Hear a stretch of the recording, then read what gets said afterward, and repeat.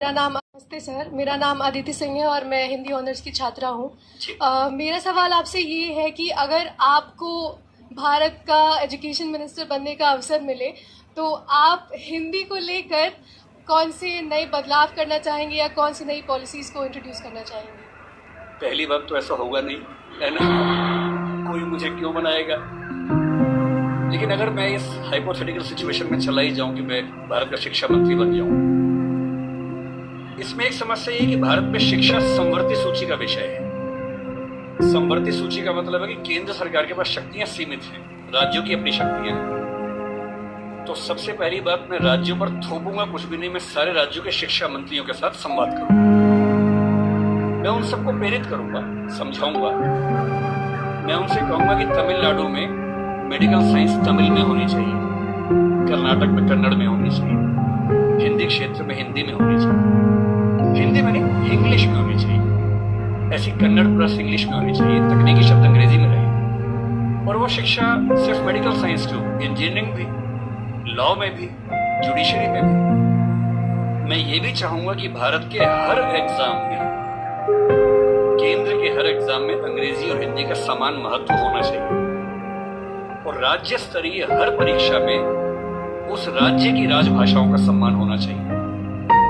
Maharashtra PCS में मराठी की भूमिका अंग्रेजी से कई गुना ज्यादा होनी ही चाहिए, क्योंकि वहां के एसडीएम को, डीएसपी को मराठी लोगों से बातचीत करनी है। और यदि किसी राज्य में 2-3 राजभाषाएं हैं तो वहां की परीक्षा में उन दोनों तीनों राजभाषाओं की परीक्षा होनी चाहिए, ताकि वो व्यक्ति सेवाओं में आए जो उन भाषाओं को बोल सकता है। कुछ ऐसे प्रयास। और तीसरी बात, अभी हमें शिक्षा पर बजट हम बहुत कंजूसी से खर्च करते हैं। हमारा ज्यादा बजट सेना पे खर्च होता है और चीजों पे होता है। मजबूरी वो भी है, सेना को हम नहीं छोड़ सकते, क्योंकि सुरक्षित होंगे तो पढ़ेंगे, अगर युद्ध हो गया किताब फेंके तो मारेंगे नहीं, तो हमें ये हथियार चाहिए ही चाहिए, युद्ध तो करना ही पड़ सकता है। पर मैं चाहूंगा कि शिक्षा पर हमारा खर्च बढ़े। एक ऐसी हिंदी में समस्या क्या होती है, और ये हिंदी के साथ बाकी भारतीय भाषाओं में, आपको हर विषय में अच्छे अध्यापक ही नहीं मिलते। अच्छे अध्यापक क्यों नहीं मिलते? क्योंकि अच्छे कॉलेज ही नहीं है। अच्छे कॉलेज क्यों नहीं है? क्योंकि अच्छे शिक्षक पहले बने ही नहीं थे। अच्छे शिक्षक क्यों नहीं बने थे? क्योंकि उनको पता था कि नौकरी मिलेगी नहीं। अगर नौकरी इंग्लिश में ही मिलेगी तो लोग इंग्लिश मीडियम में ही पढ़ेंगे। इस बच्चे ने अभी भी कहा कि मैं अंग्रेजी माध्यम में, मुझे हिंदी ज्यादा समझ में आती है। पर ये अंग्रेजी माध्यम में क्यों है? क्योंकि नौकरी का संकट है, एक मजबूरी है कि नौकरी इंग्लिश में मिलेगी। अगर भारत सरकार ठान ले और राज्यों की सरकारें ठान ले, अपनी अपनी भाषाओं में पढ़ाई लिखाई की संस्कृति को ठीक से विकसित करें। रामविलास शर्मा जी ने कहा था कि हर जिले में एक विश्वविद्यालय होना चाहिए अपनी भाषा में।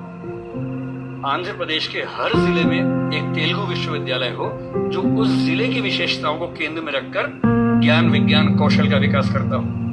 ये हिंदी पट्टी में होना चाहिए। हर जिले में विश्वविद्यालय हो, छोटा ही हो, एक विश्वविद्यालय हो। उस जिले में खेती कैसे अच्छी हो सकती है, उस जिले में उद्योग कैसे पनपेगा, स्टार्टअप कैसे होगा, उसमें रिसर्च वहां पर हो, वहां की भाषा में हो, वहां के किसान को समझ में आती हो। और देखिए, अनुवाद की दुनिया बड़ी समृद्ध हो चुकी है। आज से 4 साल पहले गूगल ट्रांसलेट करने में हंसी आती थी।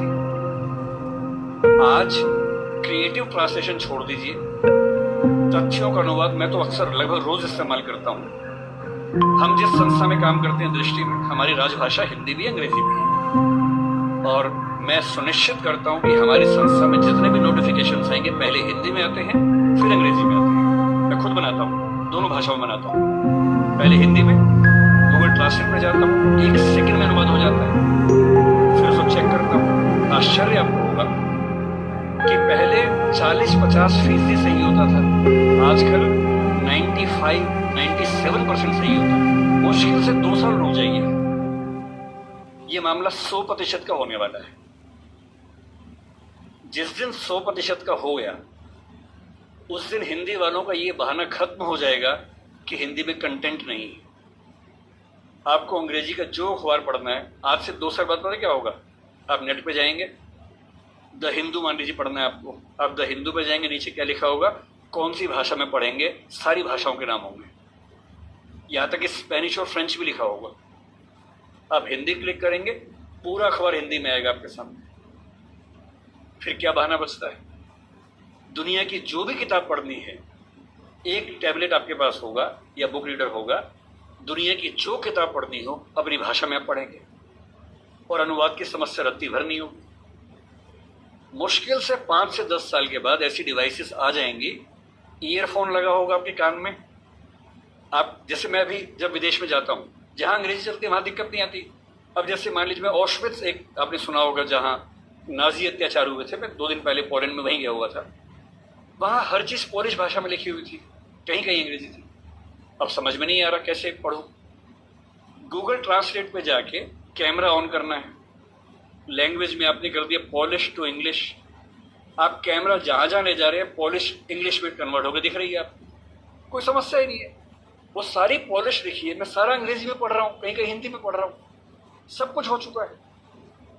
मुश्किल से 2-3 साल बाद क्या होगा, ऐसे हेडफोन्स और माइक आ जाएंगे। आप अपने कंप्यूटर से या फोन से कनेक्टेड हैं, एक पॉलिश व्यक्ति या मान लीजिए डच व्यक्ति आपसे बात कर रहा है, नीदरलैंड्स का, उसको केवल डच आती है, मुझे केवल हिंदी आती है। मैंने अपने फ़ोन में डच से हिंदी सेट कर दिया, उसने अपने फ़ोन में हिंदी से डच सेट कर दिया। वो डच बोल रहा है, मेरे हेडफोन में जो माइक है वो उसको सुन रहा है, कंप्यूटर कनेक्टेड है, फ़ोन कनेक्टेड है, मेरा फ़ोन तुरंत उसको हिंदी में कन्वर्ट करके मुझे हिंदी में सुना रहा है। मैं हिंदी बोल रहा हूँ, उसे डच में सुन रहा है।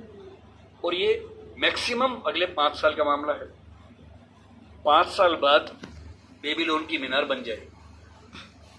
5 साल बाद आप दुनिया की किसी भी भाषा के साहित्य को, साहित्य में थोड़ी दिक्कत आ सकती है, ज्ञान विज्ञान की बात कर लेते हैं, किसी भी भाषा के ज्ञान विज्ञान को आसानी से पढ़ सकेंगे अगर मैं शिक्षा मंत्री बन गया, जो कि मैं नहीं बनूंगा, मैं जानता हूं, क्योंकि लोग क्लिप काट के चलाएंगे कि देखो बनना चाह रहा है ना। अगर ऐसा कभी हुआ तो मैं सुनिश्चित करूंगा भारत के हर विश्वविद्यालय में हर ज्ञान की चीज हर भाषा में उपलब्ध हो।